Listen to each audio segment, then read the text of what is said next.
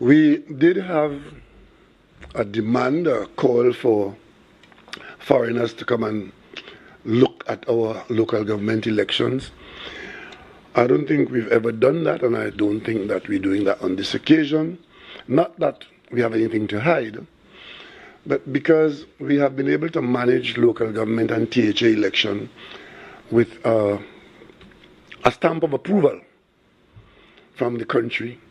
Across the board, I've never heard a THA election where after the election there was dissatisfaction with the behavior of the election processes and so on. And by local elections too, we have many of those, and I can't recall after the local election there were any issues as to the outcome of the election.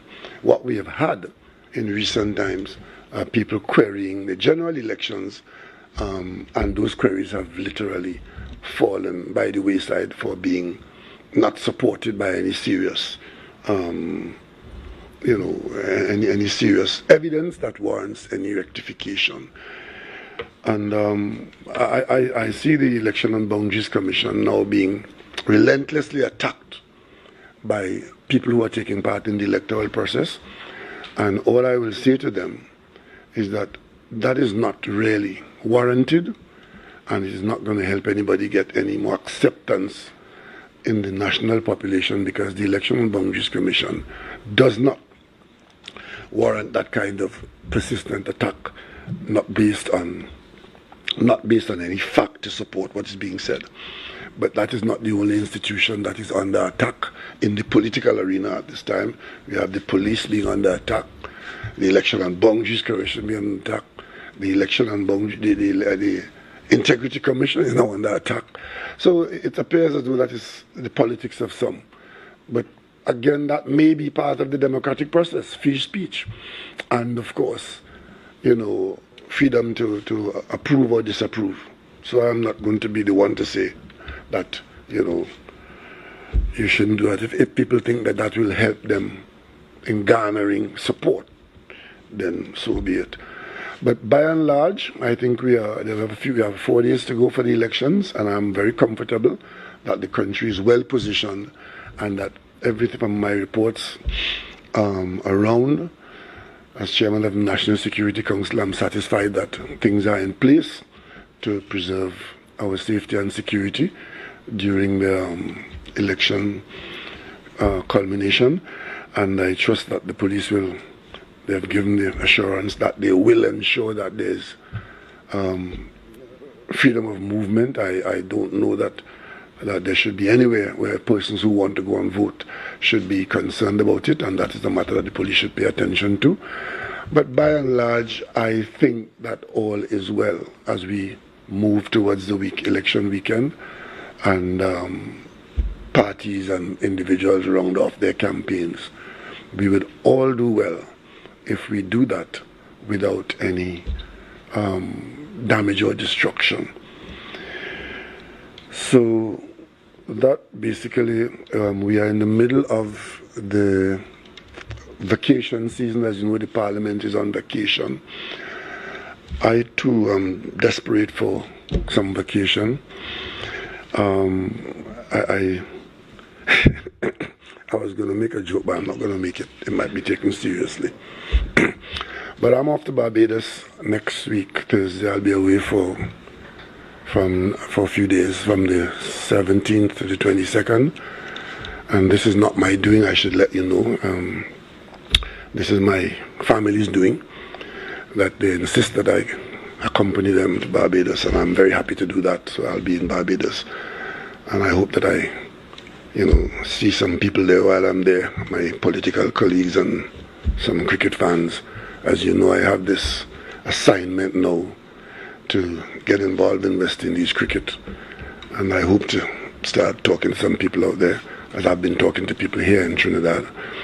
I've been talking to a lot of the legends, West Indies legends, who I'm hoping to get them involved in some discussions when I come back from Barbados. I want to have one of these virtual meetings with all who is available, and then after that I'm hoping to call some people to location, possibly in Tobago, so we can discuss this whole question of whether goes West Indies cricket, and hopefully in the new year we come up with some semblance of a plan for the West Indies cricket, and Trinidad and Tobago is to play a significant role in that. That's the one commitment that we make. It is important to us, and because it's a CARICOM assignment, I take it on as an assignment of the Prime Minister of Trinidad and Tobago. But members of the media, please don't tell anybody that I'm in charge of West Indies cricket or I'm responsible for West Indies cricket. I am working with stakeholders in West Indies cricket to see if we can come up with a workable plan. So that's that. Other than that, I think I should leave you. With the questions, but I don't know if you are sufficiently well briefed. So, for the benefit of the public, I want to deal with one issue which came up yesterday. And that issue was a press conference that was held by the UNC. Wade Mark and Saddam Hussein, members of parliament, one from the House and one from the Senate. And I think these two parliamentarians have done a disservice to the people of Trinidad and Tobago. What they do to themselves is another story. But I think in attempting to damage me, they have done a disservice to the people of Trinidad and Tobago, and that's why I think I should raise this matter with you now, so that you will not be further misled by any more of their misbehavior. It was clear, it has been clear for quite some time, that the UNC sees damaging me and my character as some kind of holy grail of theirs, when they're not accusing me of rape in the parliament. They come in election week in 2019 and telling the population that I have property that I have not declared, I have not disclosed to the Integrity Commission. Serious criminal conduct as far as they're concerned, as far as we're all concerned. That matter came up on a UNC platform in 2019, the election week of the Tobago House of Assembly election.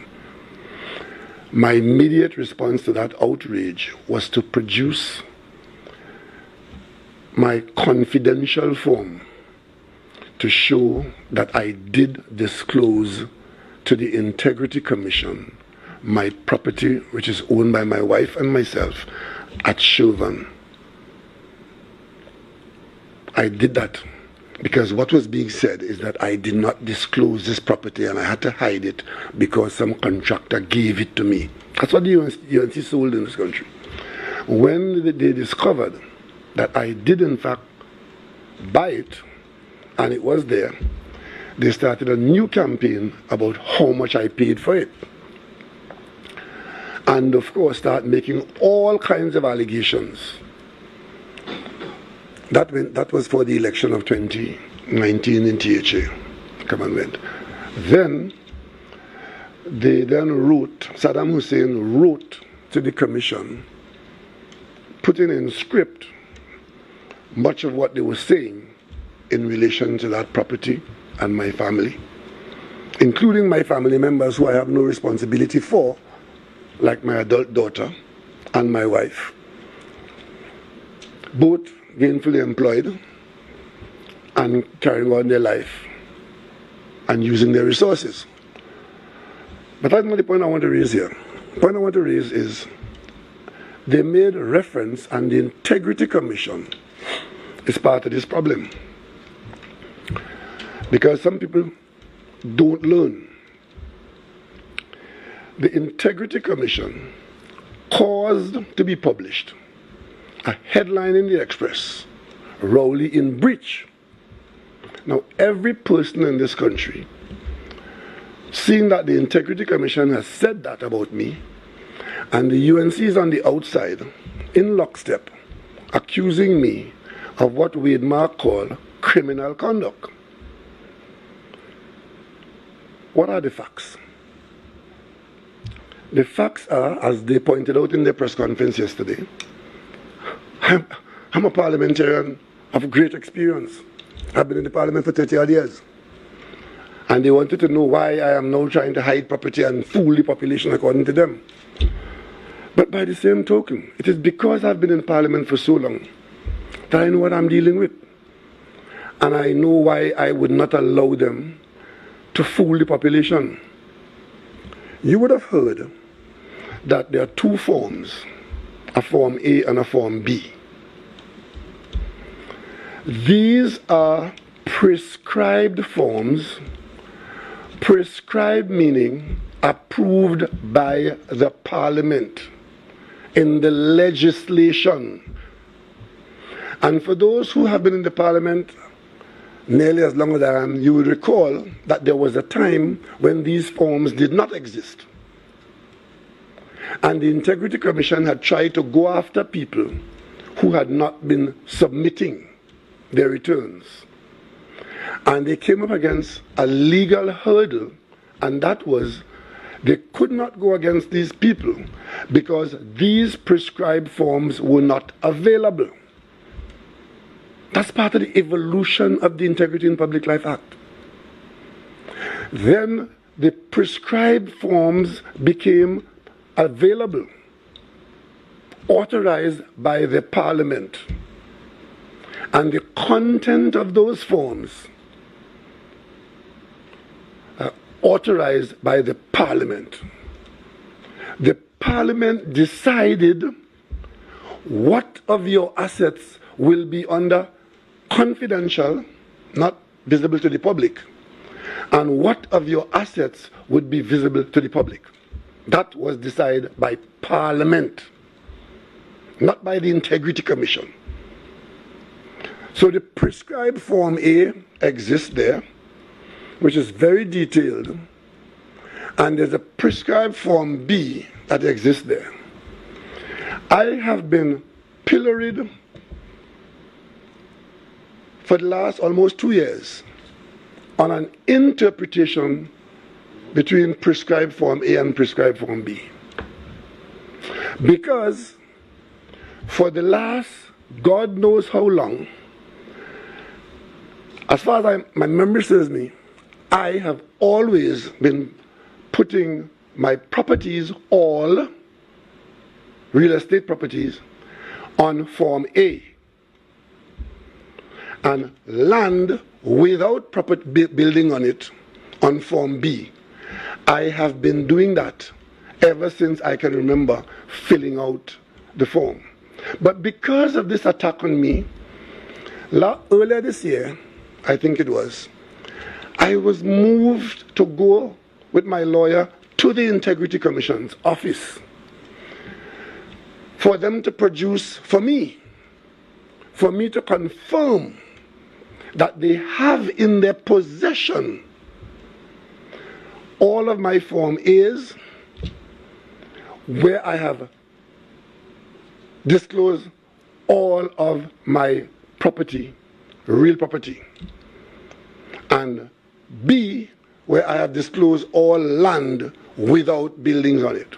I had to go there because the way I was being aggressively pilloried on this matter, I wanted to make sure that when we get to the court in disclosure stage, that the Integrity Commission could have disclosed to the public that I have in fact always disclosed all of my property. The UNC in the political arena has been saying that I have failed to disclose because I have not disclosed a townhouse on Form B. Yesterday, they went to town on me. A member of Parliament, a former speaker, yesterday, in full public view, was on a roll. He called me a criminal for not disclosing my real property on Form B, where Form B asks for land. I want to show you, for those of you who don't know, This is Form B. Right? This is a prescribed form. And nobody could issue an instruction to change what is on this form. Only the Parliament can do that. I saw them waving around instructions saying that the Commission say that you should do X, Y, Z on the form. Well, the prescribed form, as far as I am concerned, has not been amended by the Parliament. Because if people want the form that says land to mean that land is all your property, then they will have to go to the Parliament and get the Parliament to do that. And you know something? They've made that proposal.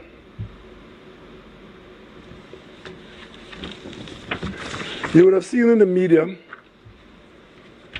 the Integrity Commission saying in this melee that they helped to create that they send something to the Cabinet and implying that if the Cabinet had done what the Cabinet was supposed to do. In fact, I've seen that editorial in the newspaper saying that if the Cabinet had done what the Cabinet was supposed to do, then X, Y, Z was going to happen. That might be so. But the fact that it has not been done doesn't mean that you could change it of your own accord. This is what came to the Cabinet on the 30th of October 2018. It's called Policy for the Amendment of the Integrity in Public Life Act 2201. This proposal is a proposal to amend the Integrity in Public Life Act Chapter 2201. All of us know if you want to amend a law in this country is one place it can be done, and that is in the Parliament. Are you with me? Okay. Let me take you to page 1 of the proposal here.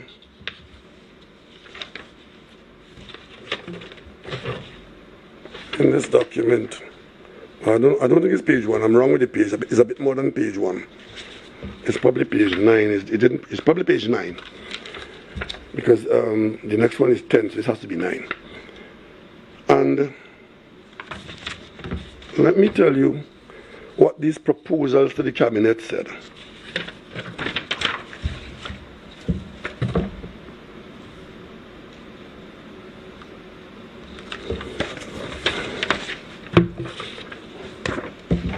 Right. Now remember, this is a proposal to amend the Parent Act. It says, and this is section 14, 1, which I see being quoted in the papers. It says, a person in public life shall file with his declaration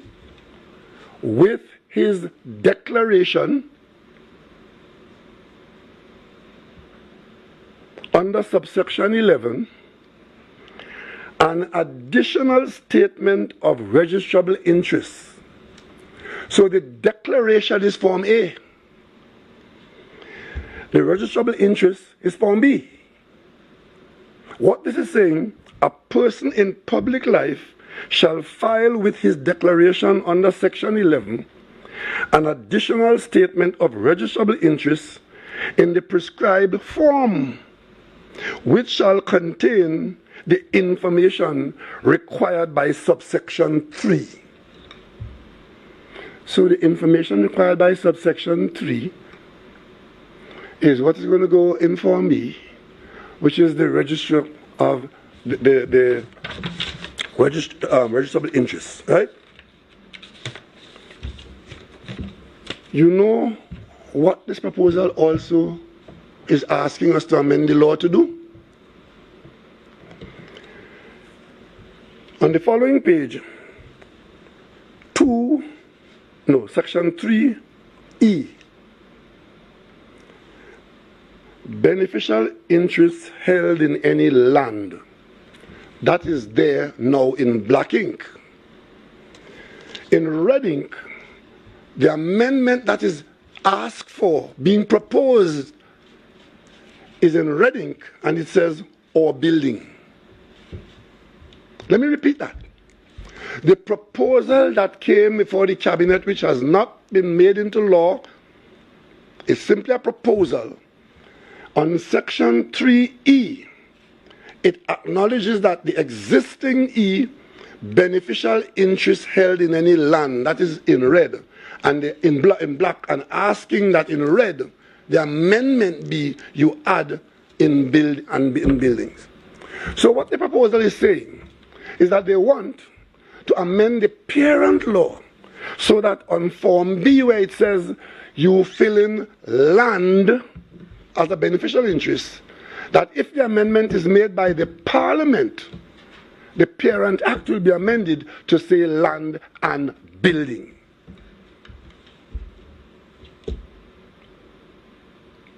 But the Parliament has not done that. That proposal has not gone from the Cabinet anywhere, because the Cabinet was concerned that this attempt to amend the Integrity in Public Life Act, the proposals coming to the Cabinet were wide-ranging and far-reaching, well beyond what the Parliament had agreed to do when the Act was brought into force. And it has some areas which are of grave concern if one is allowed to amend the law as proposed. So it's simply a proposal. But the one thing that is absolutely crystal clear is that the Integrity Commission itself accepts that building is not required on Form B, and they're asking that in amending the Parent Act that you make building submitted on Form B. So I filed a declaration every single year until 2021. I've asked for an extension in 2022. I'm currently preparing that. So I'm up to date in my submissions of my declaration. And every single year in that declaration, I have listed every single property that I own or my wife is involved with. Understand? My adult children have property. I don't have to file for that. Yesterday, Wade Mark and Saddam Hussein slandered me in the worst possible way, calling me a criminal because I did not put my real estate property on Form B. And Senior Counsel Wade Mark, man, he went to church, he went to town, and Mr. Saddam Hussein, who's supposed to be a lawyer, just reached the Parliament, but he knows what I should have known and what I should have done. Misleading the country, misleading the newspapers, misleading himself. But that's quite all right.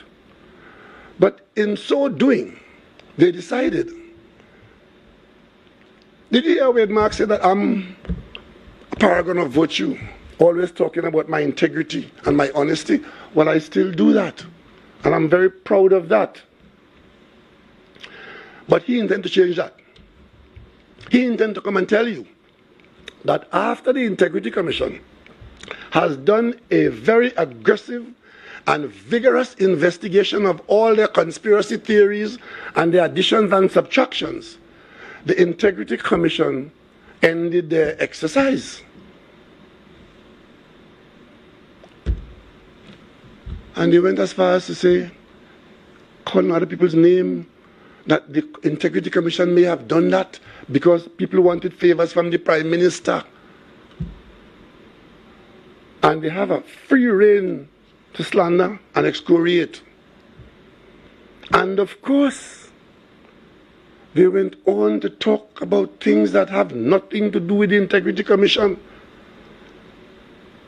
The purchase by my daughter of a piece of property in Tobago from a seller has nothing to do with Wade Mark. Saddam Hussein and the Integrity Commission, whether they like the price or not. But of course, having concluded, there's a strange statement from the Integrity Commission. Because I never asked them for any favor. I expect no favor. I expect them to do the job without fear or favor. And if the commission had found that I had not declared the property, it's still being published in the papers that I did not disclose a townhouse in Chauvin. If the Integrity Commission did in fact find that I did not disclose it, what are you doing not taking action against me? And then you have this false equivalence of the UNC saying that it happened to Basdio Pandey and it happened to this one, and why it's not happening to me? I can only speak and account for myself. I have no interest in what other people did or didn't do when it comes to defending my name and my character. And that is why I am in consultation with my lawyers, and all that they have to say in the press conference and wherever else they meet, they will come and tell that in a court of law.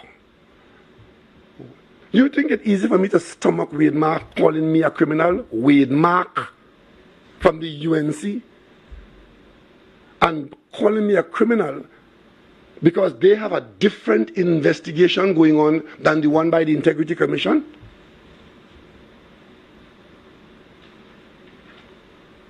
So the Integrity Commission discovered that I was involved in criminal conduct and give me a blie? That's what they're telling the country. That's what they're telling the country. Well, let them come and tell that to the court. And whenever the parliament makes this amendment, if it ever does, then that will be a horse of a different color for a different day. But in the meantime, my oath of office, which I refer to all the time, I am sworn to upholding the Constitution and the law. And the law on Form B says that I tell the Commission and the country what land. I'm now hearing that in the English language, as per the Integrity Commission, land means something else. Well, if you know land means something else, why are you proposing that land be accompanied by an addition of an building in the proposal of 2018? Why? It is because the Commission knows. And an Integrity Commission is supposed to have integrity. All of this could have been avoided if the Integrity Commission had told the population that I did disclose in my declaration and that Form B does not require a disclosure, and they have made proposals to Cabinet to have buildings disclosed on Form B. And the Commission take it upon itself to be putting out, I'm seeing it for the first time, what do you call it? No, the instructions as to how you should interpret land. The Commission does not have the authority to change the prescribed form by any instruction, and they know it. And that is why they put in the proposal here that the Parliament amend the Parent Act. So if the Commission knows that, why is the Commission allowing this to happen in the country and to happen to me? For Wade Mark to be telling the country that I'm engaged in criminal conduct. The Commission knows that Form B does not call for building. And that is why the Commission has put in this document to the Cabinet that we amend the Section 3E and put buildings on Form B. And the reason is Parliament has said that what is on Form B should be visible to the public. What is on Form A remains highly confidential, and even the staff in the Integrity Commission is under serious penalty if they reveal what is in Form A. You know one of the proposals that they made to us in this thing here? Big proposal. To remove the word confidential from the top of the form. But even though it says confidential on the prescribed forms, it's also said the public can see it. Right? The public can see it. So big proposal, take off the word confidential. Right? But we always know Parliament has put visibility on Form B and has not put visibility on Form A. 2 prescribed forms. And because people have their own agendas, I am the subject of what happened yesterday, where 2 members of Parliament could call a press conference to call me a criminal for submitting my declaration as per the prescribed form. I just want to advise the media, don't let them carry you where they're going. Because from today, anybody else who accused me of not disclosing to the Integrity Commission, I will sue you to the ends of the earth.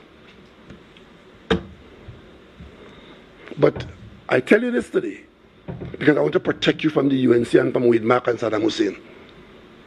After what I saw there yesterday, they have no limit beneath which they will not sink. If you have any questions, I'll take them now. Include the Integrity Commission itself, because they have said that I am consulting my lawyers, and I will be guided by my lawyers. My reputation is not to be trifled with. After Mr. Private Hearing ACP used, when you spoke of the Integrity Commission about Form A and Form B, were they okay in how you fill out the Form B without the land? I have been doing that from day one, to the best of my memory. And I went to the commission and I checked the most recent years, like the last 5 years, to make sure that what I'm saying here is correct. I have property in Goodwood Park, that's my oldest property, which I built in 1983. I think it was, or 85. I think 85, right? In the mid-80s. And I have been declaring that property ever since. Subsequently, I have acquired other property with myself alone or with my wife, and they always declared on your declaration. The addendum, the addition of Form B, where your registrable interests, there are 10 sections on Form B where your registrable interests are listed, not details of sums and so on. It's there. And I've been doing that consistently. And every year I send that to the Integrity Commission. I have never once had a query from the Commission saying that you have not put it on Form B, until Saddam Hussein and the UNC decide that Chauvin is to be made a political football. And when you fill out your forms for 2022, you continue the same way for me? I downloaded the Commission's form from my computer and I fill it out the same way. The Chauvin property was bought in 2019. I had to report it in 2020 and all the years going forward. That's what I've done. 2020, when was the THA election? 2021. This problem started in 2021 when the UNC decided that they will scandalize me in the THA election. Like the same way you're doing election week here right now. Election is Monday. Look at what went on yesterday. It's all for the elections. So my reputation must be shredded and destroyed for election purposes. And they figure that is great strategy. Same thing they did in 2015. My dead father, the scandalizee, too. That's what the UNC does. Scandalize the Election and Boundaries Commission. Yesterday they scandalized the Integrity Commission, but they have good reason to do that. Right? But I'm saying that the Integrity Commission ought not to have put me in this situation, and I said so in the press conference I had in Tobago in 2019. I said so. I said, I see the Integrity Commission going talking about having investigation.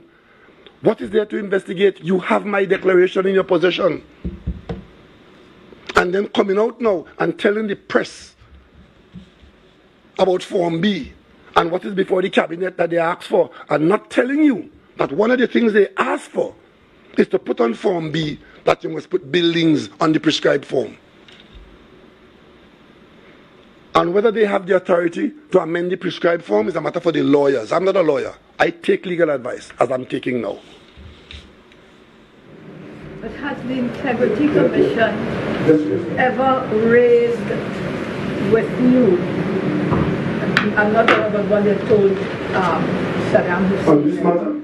Yes. Have they ever said all the properties that you listed on Form A, you have to put all those properties on Form B? Have they ever told you that directly? Not to the best of my knowledge, because my lawyers have been talking to them from day one. So I don't know that my lawyers haven't told me that they told them that, and they never told me that. I have no correspondence that I'm aware of where the Integrity Commission says to me that for the last 30 years you were putting your declarations on Form A and you have not been putting properties on Form B. I see Wade Mark talking about how much is on Form A that should go on Form B. Let Wade Mark play lawyer for himself. He's no lawyer for me. Yes, June. Prime Minister, does this issue cause you and government to look at the issue of legislation concerning the Integrity in Public Life Act or any amendments thereof? No, I'm not mixing up my personal issue here with the government, right? But so to answer your question, is there's a huge set of proposals before the government. Some of them simple, as I told you, to take off the word confidential off a form, and another one to determine what is made public and the powers of the Integrity Commission. Huge. Cabinet has been looking at it, and this is not a matter just for the Cabinet. This is a matter for Parliament, and it will have to be taken to Parliament by the Cabinet. The Cabinet has not been moved to broaden the powers of the Integrity Commission to do what they say they want to do. And of course, there was one simple matter the other day. I don't know if you're aware. The legal advice that the Integrity Commission got about the staff of the Integrity Commission, where the law as we know it says the staff of the Integrity Commission shall be public servants. That's the law. The current Integrity Commission decided that they want authority to appoint the staff. And that is just one of the proposals that, what are the kind of proposals that could be going forward. But the Parliament had already dealt with that, and I don't know that this current cabinet is minded to do that. So because a proposal is made doesn't mean that it has to find its way to the Parliament, or that the Cabinet must carry out somebody's instructions. This has been a very sensitive piece of legislation. As a matter of fact, this Integrity Commission, if we are not careful with it, it will make sure that people of integrity stay away from public service. Because if this is what's going to happen, you would do well to consider. Because a simple and straightforward matter like this, look at where it's at now. Did Saddam Hussein ever read this document? I don't know.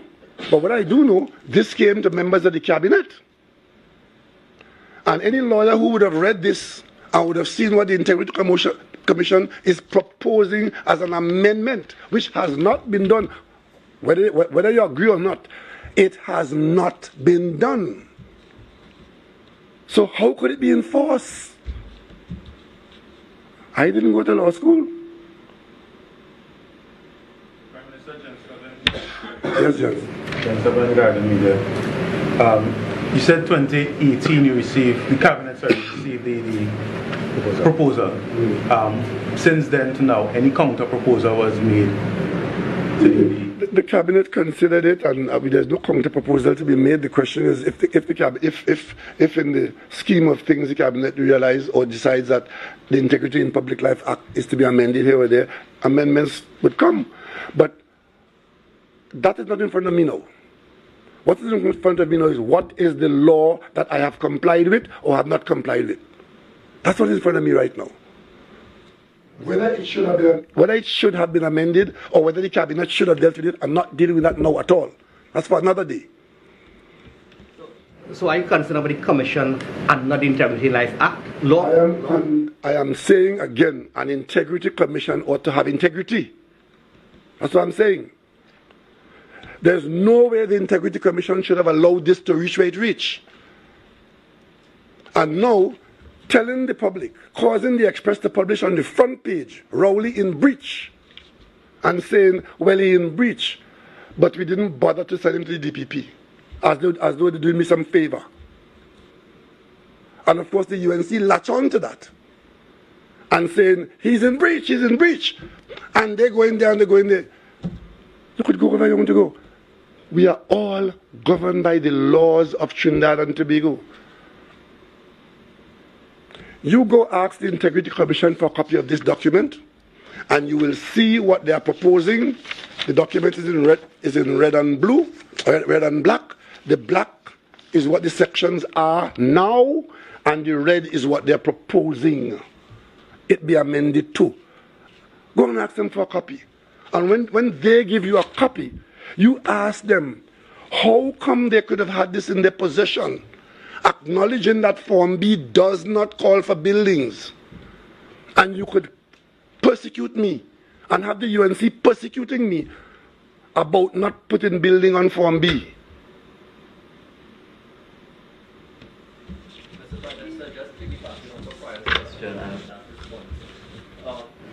Given the Integrity Commission's handling of this matter, what's your position? Have you lost confidence in the Commission? I'm not going there. I'm staying where I am here today. I'm talking about where I am as Prime Minister of Trinidad and Tobago, who yesterday, 2 of my parliamentary colleagues came before the country and called me a criminal. I'm not going further than that at all. Right? What happens to the Integrity Commission, whether I have confidence in them or not, that's another story for another day. But I'm saying the Integrity Commission had a duty when the UNC came with their mischief in 2021. When they came with their mischief in the Tobago elections, the Commission could easily have dealt with this matter. But instead, they sat back there and allowed the UNC to misbehave right up to where they reached yesterday, accusing me of hiding property and getting gifts from people and all kind of stupidness. There may be an explanation for confusion, because I think it may have been the Valuation of Land Act that there is this very strange anomaly as to whether land includes buildings. Because I remember seeing it and having to research. I think it was when property tax was. I'm saying Mr. Imbert over there. And wait a minute. If that is so, why are they asking for an amendment to put building on the form?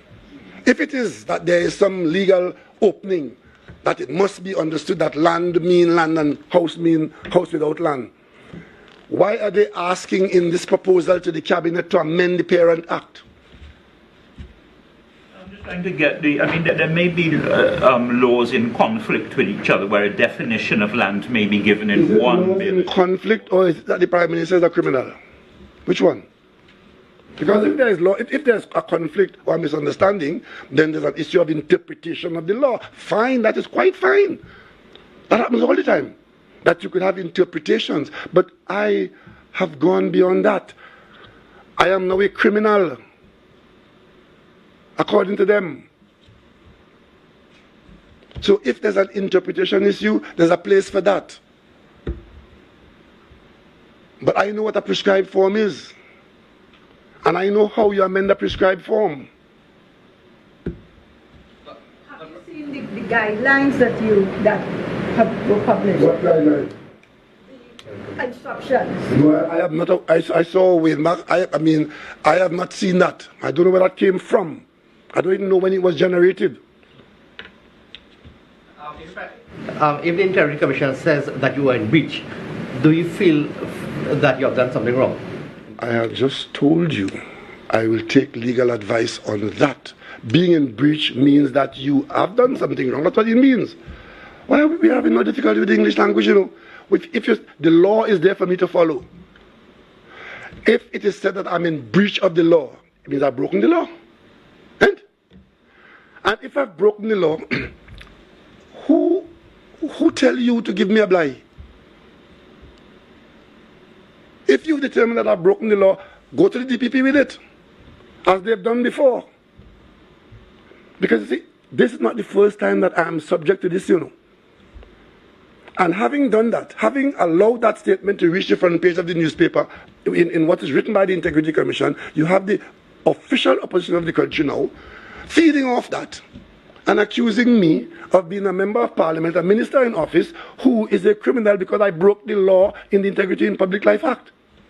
And how did I do that? By not filing my property on Form B. And then loosely it is being put out, the Prime Minister did not disclose a tongue house. And then all these conspiracy theories calling everybody name, right? About some conspiracy theory where the Prime Minister is hiding something. My wife works very hard and doesn't interfere with anybody in this country, you know. Wait, Mark. Calling my wife's name.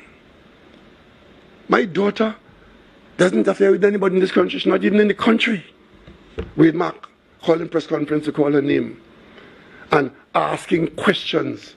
If you don't have the facts, then behave yourself. But you put yourself above the Integrity Commission that they could investigate and not find wrongdoing, but you could find it. Well, whatever you find, bring it to the courthouse. Prime Minister, just wondering, you had mentioned legal advice over the years. You had not been told you didn't have, that you had to put the said information on Form B. I'm just wondering, did you ever have a conversation with any cabinet colleagues or other persons who... My declaration is a private matter between me and the Integrity Commission. I do not discuss with members of the cabinet. Sometimes I see their name published in the newspapers. As a matter, because they have an oath of office too. Right? So I do not discuss my private affairs with members of the cabinet. So the answer to your question is no.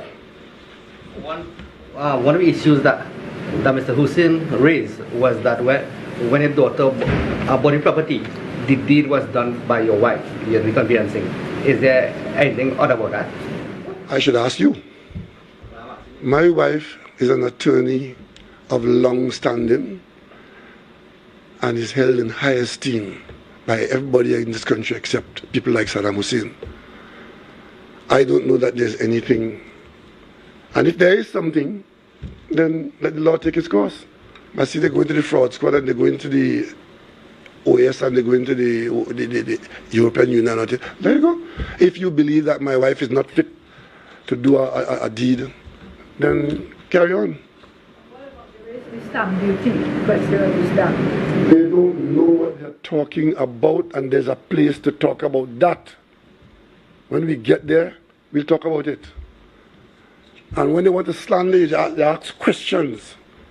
I see all kind of questions being asked.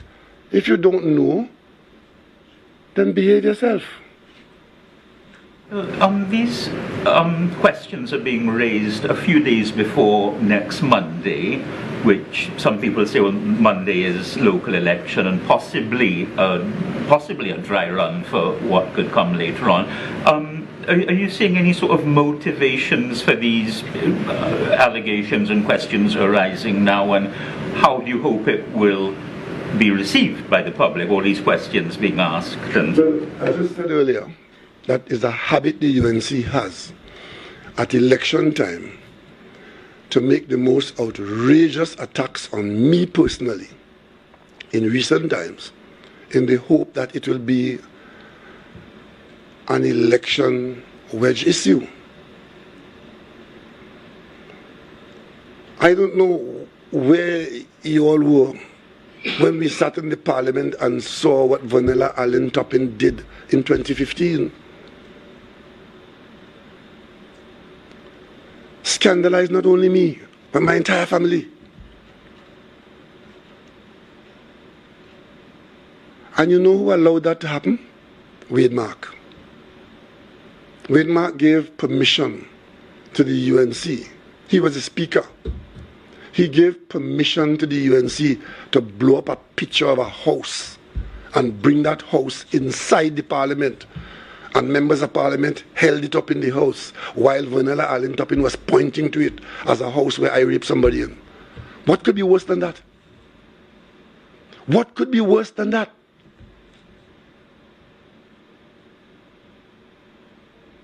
And went on to say that not only I am a rapist, but my father was a rapist who raped my mother. That is what the UNC put on the parliament Hansard.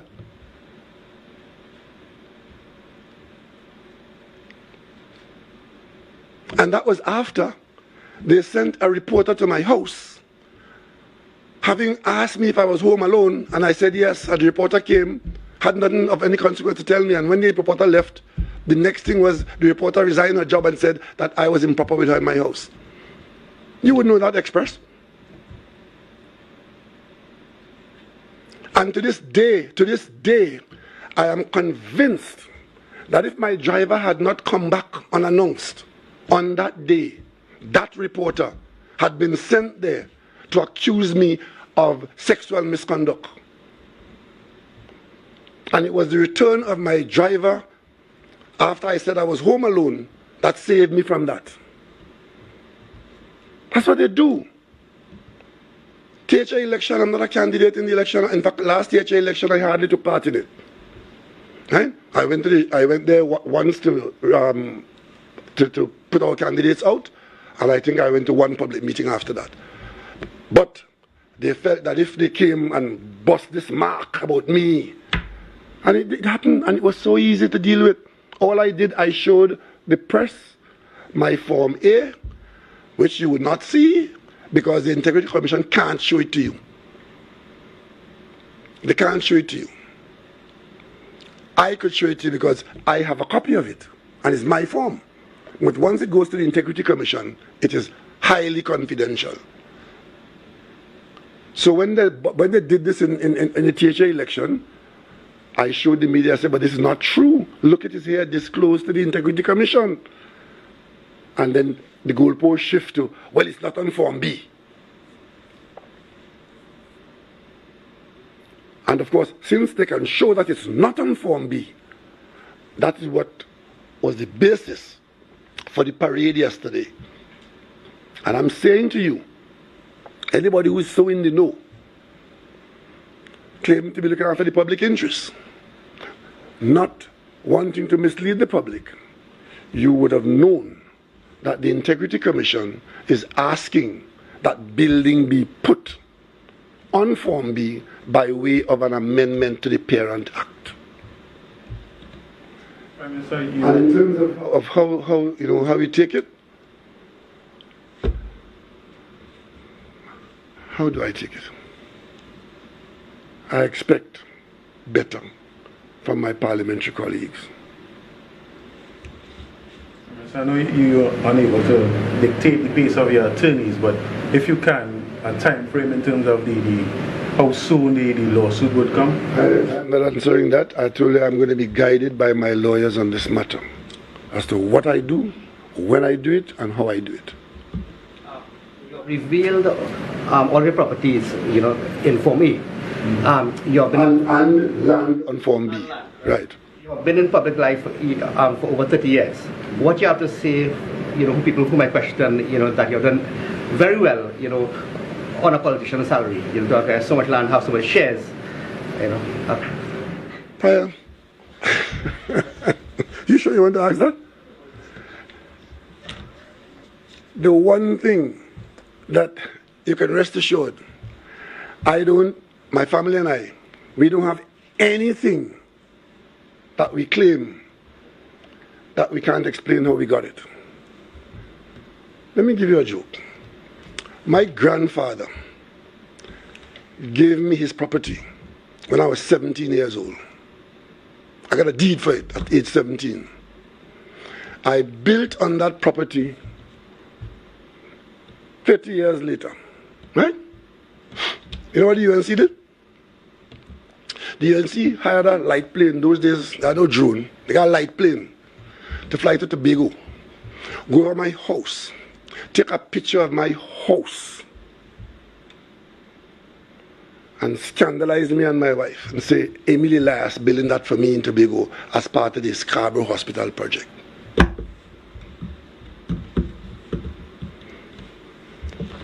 I have never been unemployed one day in my life,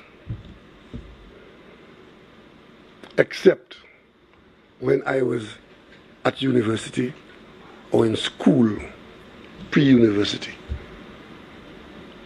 I've been an earner, an above average earner since. But there are some people in this country who believe that certain people ain't supposed to have certain things. But I am not distracted by that. My wife and I, we work very hard and we put what we earn to good use. And that is why when Wade Mark holds up a picture of 5 apartments being built in Tobago, I want to ask you, if after decades of earnings, between my wife and myself, why is it a scandal to Wade Mark that we have built 5 apartments? Look how many people in Tobago build far more than 5 on means far less than ours, who don't even belong to Tobago. Have I bothering them? Why you have to scandalize us because we built something in Tobago? Well, if all your friends are thieves, because they were in public life, you don't have to extend that to me because we can explain everything we've got.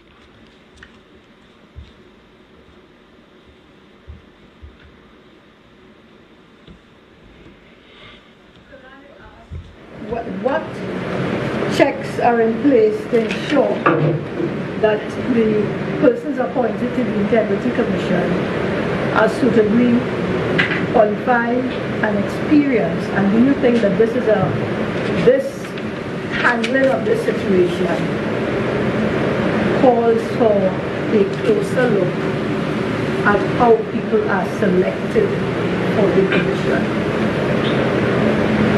I don't have an answer for that at this moment, this time.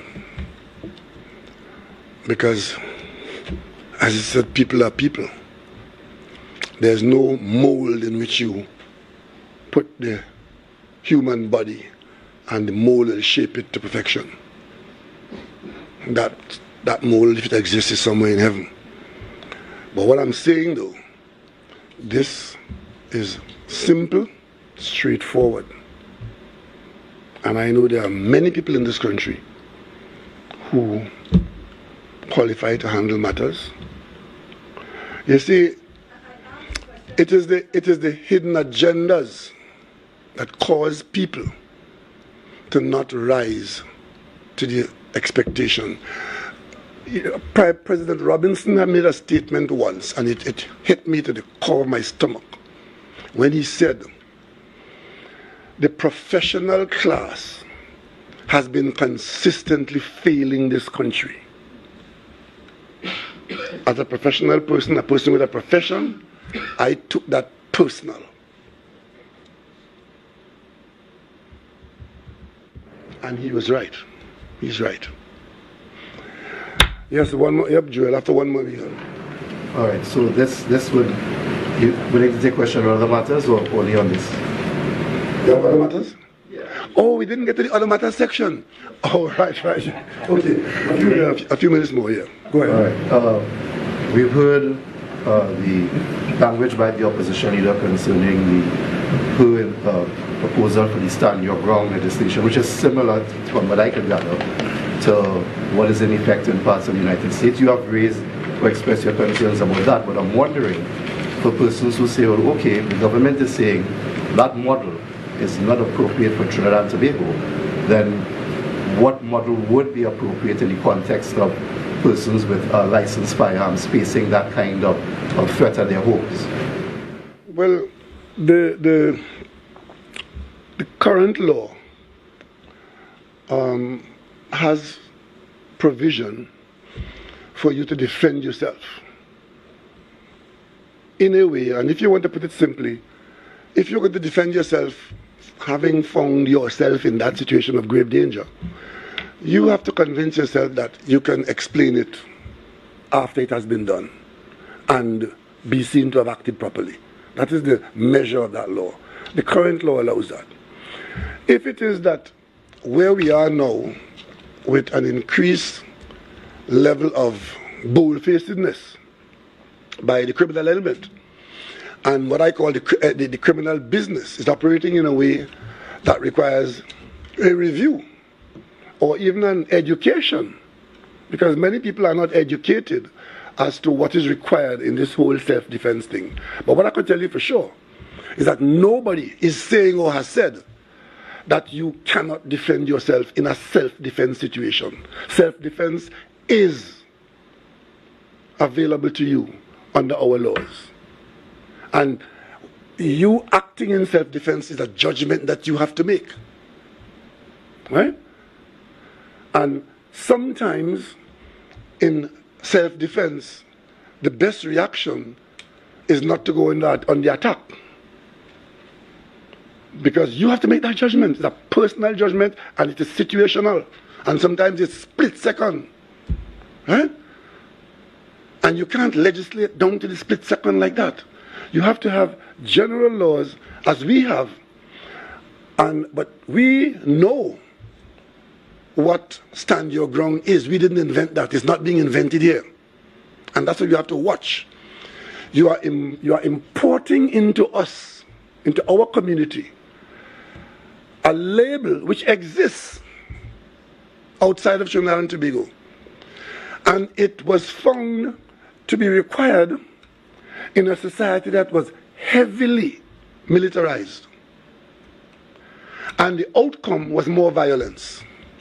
And in many instances, violence in a most horrendous way, where the truly innocent was at the receiving end of a person who claimed self-defense, stand your ground, and sorry you're dead. And we're saying, you don't just copy what the Americans are doing. You know our society, let's tailor what we do to our society, and if we have to make amendments, we do it in that context. There are people in the United States now, states in the United States, who are experiencing the existence of stand your ground laws and trying to change it. So if it is being held up to us here as a panacea for our problems in dealing with crime, then we're saying, well then, what is it we're not learning from the Americans that we figure we will learn here? And we believe it is simply politics, electioneering, because the person who is advocating it was in fact a prime minister of this country. There's no schoolboy who graduated now and is now 20 years old and saying, we young people think that we should do. This is a prime minister who served as prime minister, who dealt with a crime wave in the same way, because this crime and criminality that we're facing is not new. This prime minister, in response to it, declared a state of emergency. So to come now and say you've suddenly got a brainwave that will import into Trinidad and Tobago the militarization of the country and give everybody who wants a gun, and you stand your ground, that is just election politics. The review that you said, if you think that the government thinks it's necessary, would that include, because you just said something just I wanted to follow up on, do you think that the system presently should be amended to allow people to have more or easier access to licensed firearms, or do you think it needs to be more stringent? What is the government's position? The system that we have now, which we have been using, was one that was not aiming to arm everybody in a broad sense. It was one that a certain number of firearms were made available every year on an ongoing basis to persons who were very heavily vetted and so on. But the demand for firearms grew considerably more as the crime levels became more frequent and the crimes became more violent. Okay, so there's an increased demand. But that does not mean that you swing the pendulum all the way from one side to the other side. Because more guns on that scale does not necessarily automatically mean more security. It could, like in the United States, mean more shooting, more killing, right? It could. That's what their experience is. One of the biggest issues in the United States today is people being afraid to send their children to school because they might become the victims of gunfire. It wasn't always so.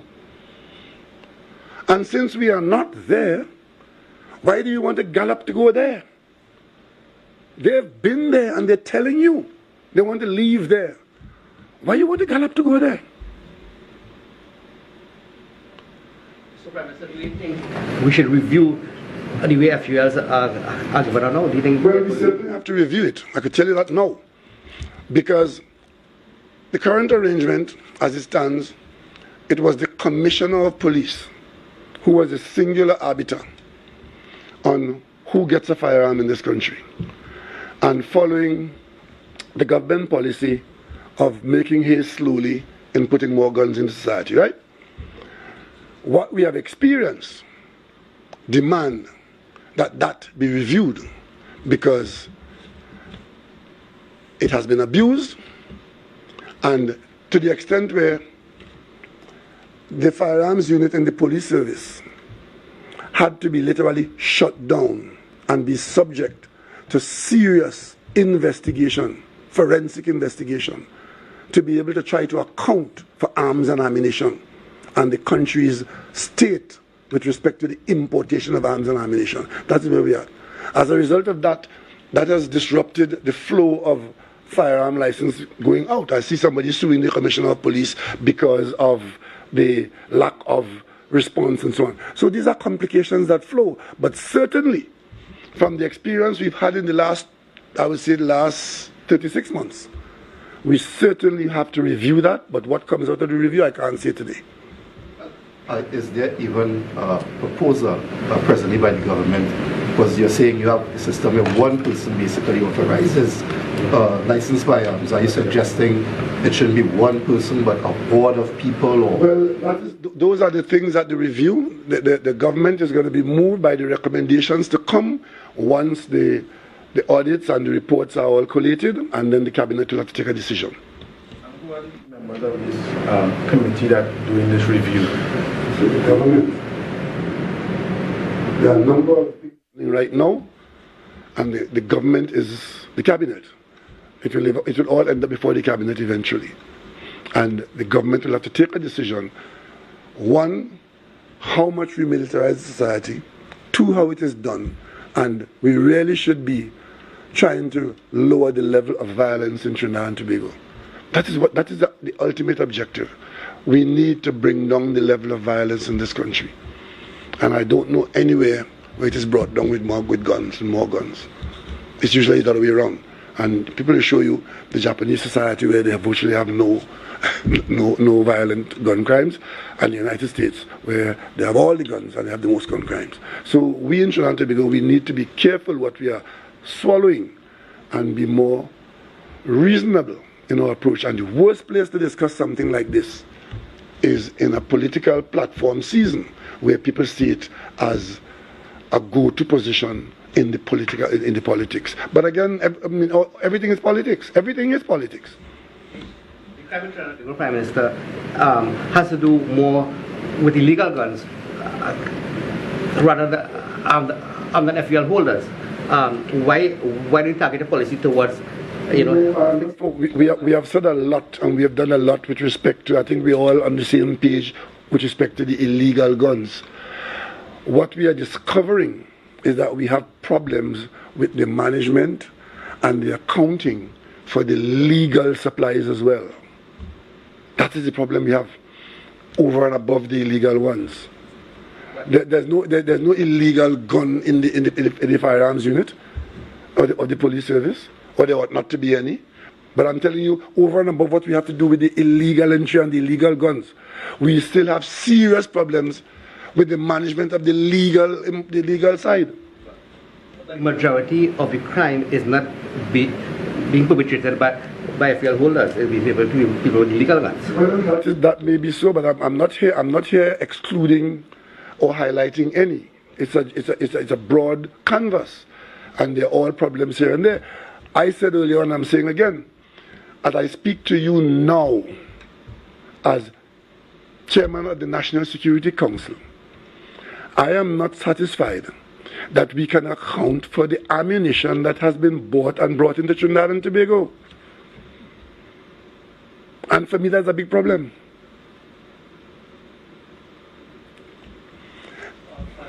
Prime Minister. Finally. 8 years in office, the PNM celebrating a milestone anniversary. How would you describe the anniversary? How would you rate the performance of the party over the last 8 years? Well, I think the party has done very well. The party has been selected to be the government at a very testing time. We came in September 2015 when we had serious economic decline, serious revenue contraction, and very, very difficult markets. And then we had a pandemic which literally strangled us for 2.5, almost 3 years. We had difficulty maintaining our standard of living and our quality of life, but we managed to do that. We had to make significant adjustments in some of the regular things that we have done, that we have to do. We try to restart the economy. We've restarted the economy. We've got some economic growth. There's some positive news on the diversification where the non-oil sector has survived and has grown. We've maintained our social support systems. We've raised our international profile considerably. We've got our curriculum arrangements in place. So I think a lot of good things have happened during that 8-year period. And of course, if one go down to the more detailed levels, some of the, if you may recall, in the first year the government was in office, the biggest issue on which the government was being pilloried was the Tobago ferry. Remember that story? We had actually got to a point where we had no ferry because the Express and the other one, Spirit, were driven to a point where they couldn't go any further, and we were confronted with that. That is no longer with us. We have 2 of the best ferries in the world, so that problem has been solved. But usually, as you solve one problem, a new one appears somewhere else. There's never a day when we don't have problems to deal with. And I think the government has done quite well in a very difficult situation. We've done reasonably well. We are not perfect. We have not been as successful at everything as we've done. But when you look at the success that we had in closing off the CLICO matter, recovering substantial sums of money, assets to the state on the CLICO bailout, we created the NIF, which has now been created and moved to the first, we come to the end of the first tranche. So these are successes that we must acknowledge. There was no NIF when we started out. We didn't have, we didn't know where the CLICO money was going to come back to us. We had to go to court. We went to court. The court ruled in our favor. We got putting CLF into liquidation. We didn't have full support in that. Many people thought that was crazy. It was done, and it has worked very well for the country and for the taxpayers. We got back $921 from OS that was removed from the contract. That was that the UNC on the last day of office took out the clause from the contract to allow the contractor to go with the bonds. We went to court and got the court to authorize us to get that money back. Eh? We are now facing arbitration for the aluminum smelter. We faced billions of dollars in claims at Point Lisas from the companies at Point Lisas. We were able to negotiate away most of those claims. And of course, we were able to negotiate with oil companies where in the existing contracts, we were able to get billions of dollars more from the contracts that were in place. So these are all good things that have happened, and I think the government has done very well in a very difficult situation.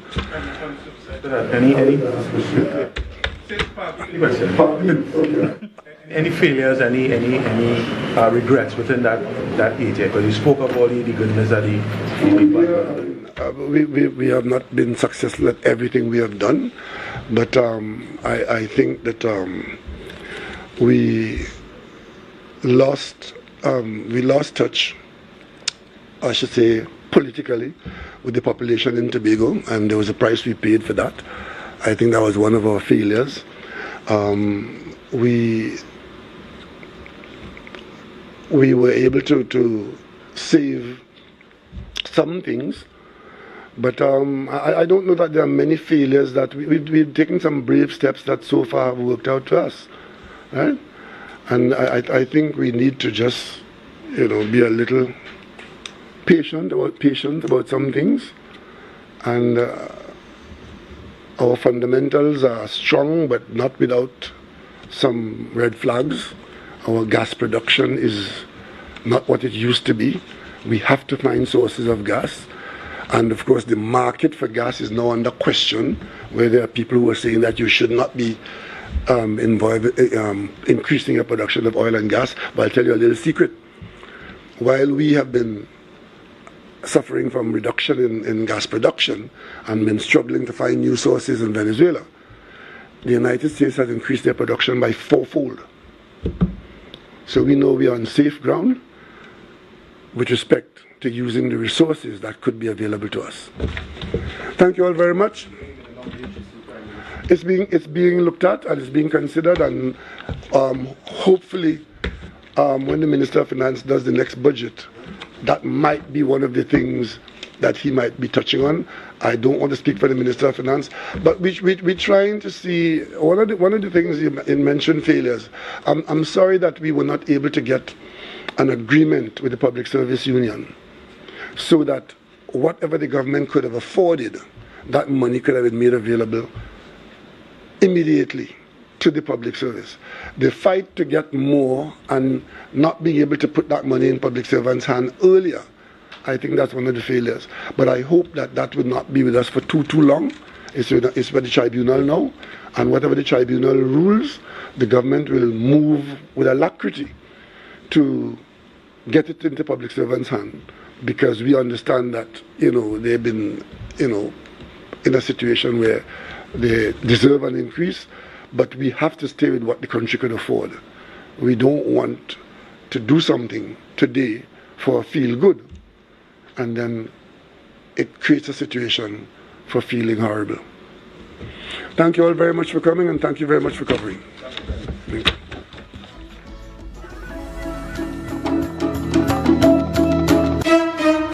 TGT News, delivering more news more often to more people. TGT News, reporting on the people, events and issues that affect